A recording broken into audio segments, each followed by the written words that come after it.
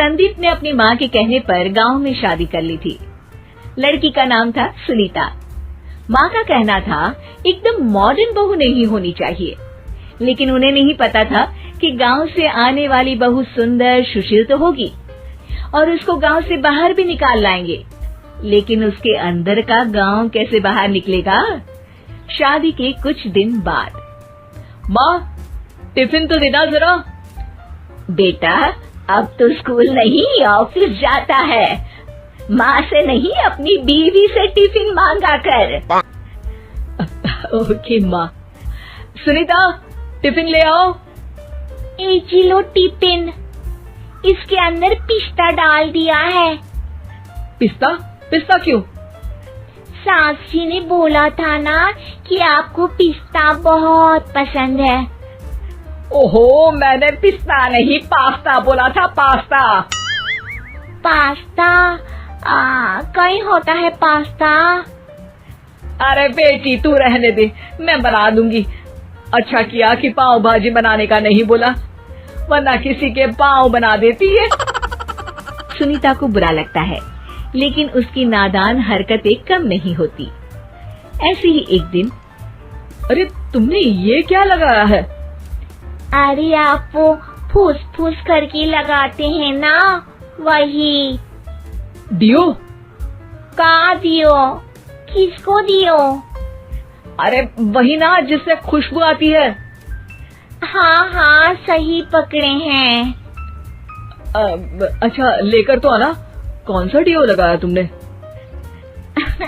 अभी लेकर आते हैं जी।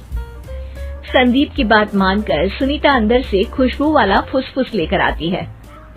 OMG! OMG मतलब ओ माय गणेश ना। अरे OMG छोड़ो, ये खुशबू वाला फुसफुस की बात कर रही थी तुम? हाँ इसी की, फिर से सही पकड़े हैं। अरे देवी, लेकिन आप सही नहीं पकड़े हैं, ये डियो नहीं है। डियो नहीं है तो क्या लियो है? अरे ये रूम फ्रेशनर है, जिसको कमरे में छिड़कते हैं, खुद पर नहीं।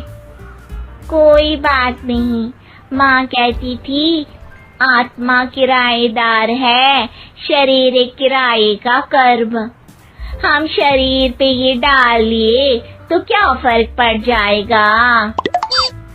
अरे बहू, ओ बहू, मेरे लिए फल तो ले आ, फिर मैं बाजार जाऊंगी। सुनीता अपनी सास के लिए फल लेकर आती है। अरे बेटा, पपीता, तरबूज और सेब फल ऐसे कैसे खा लूं? काट कर तो ले आ। माँ जी, मेरे गांव में तो खेत से उठा के सीधा खा लेते हैं। अरे ये तेरा गांव नहीं है ना। अरे संदीप, तू ही कुछ समझा देना इसको बेटा। मैं कैसे समझाऊं माँ, ये तो माइक्रोवेव को भी भट्टी बोलती है। कल मैंने बोला हाय कैसी हो, तो बोलती है किसी को हाय नहीं लगानी चाहिए। अरे सुनीता, तेरा क्या होगा? अभी तो कैसे बताऊं माँ जी, अभी हम कुछ करेंगे फिर पता चलेगा क्या होगा, लड़का या लड़की। हे भगवान, कहाँ से आ गई है? रामपुर से जी, आप ही तो लेकर आए थे मुझे। अरे मुझे माफ कर दो। पहले कोई गलती तो करिए जी, आपकी तो सारी गलती माफ कर देंगे हम। हाँ अरे बहू, मेरी बात सुन। फल यानी कि फ्रूट जब भी लाए ना तो काट कर लाना, ठीक है? जी ठीक है माँ जी, फल यानी फ्रूट यानी काट के लाऊंगी। सुनीता रोज ही कोई ऐसी हरकत कर देती जिसकी वजह से उसे घर में दो बातें सुननी पड़ती। एक दिन, माँ मेरे बॉस घर पर आने वाले हैं शाम को, उनका बर्थडे है, फैमिली साथ नहीं रहती उनके, तो यही पार्टी कर लेंगे। उनको अच्छा लगा तो शायद मेरा प्रमोशन भी हो जाएगा।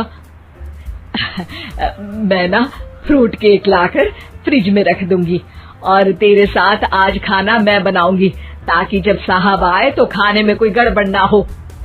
शाम को जब सारी तैयारियां हो जाती है, संदीप के साथ बड़े साहब भी घर आते हैं। फ्रूट केक तो ले आना बहू, फिर खाना खाएंगे। अरे इस सब की क्या जरूरत थी, आपने बुलाया वही काफी है। सर, आपका परिवार शहर में नहीं है तो हम ही आपके परिवार जैसे हैं सर। इतने में ही सुनीता फ्रूट केक लेकर आती है और बड़े साहब की टेबल पर रख देती है, और जैसे ही केक के ऊपर का बॉक्स हटाती है, ओह, ये क्या है? केक तो कटा हुआ है, मैं तो ऐसा नहीं लाई थी। आप मुझे शाबाशी दे सकती है माँ जी, मैंने ही केक काट दिया। आपने कहा था ना, फल यानी फ्रूट यानी हमेशा काट के लाना, तो फ्रूट केक भी तो फ्रूट ही है ना, तो मैंने पहले ही काट लिया। हूँ ना मैं समझदार। अरे बहू, ये क्या किया? केक हमेशा वही काटता है जिसका जन्मदिन होता है। तुझे एक बात भी समझ नहीं आती, एक नंबर की बेवकूफ है। पूरा माहौल बिगड़ चुका था। संदीप को लगने लगा था कि साहब उसे प्रमोशन तो दूर की बात है, कहीं डिमोशन ना दे दे, लेकिन साहब बीच में ही बोल पड़ते हैं।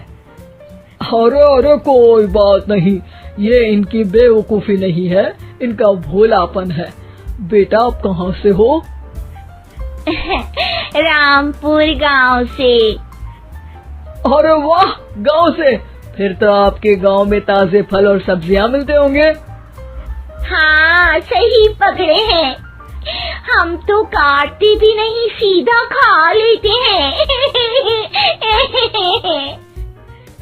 मैं ना एक बार तुम्हारे गांव घूमने जरूर चलूंगा। क्यों संदीप, ले चलोगे ना? मुझे गांव घूमना बहुत पसंद है। बस फिर क्या था, संदीप और सास दोनों खुश हो गए, क्योंकि साहब को सुनीता ने गांव की बात करके खुश कर दिया था।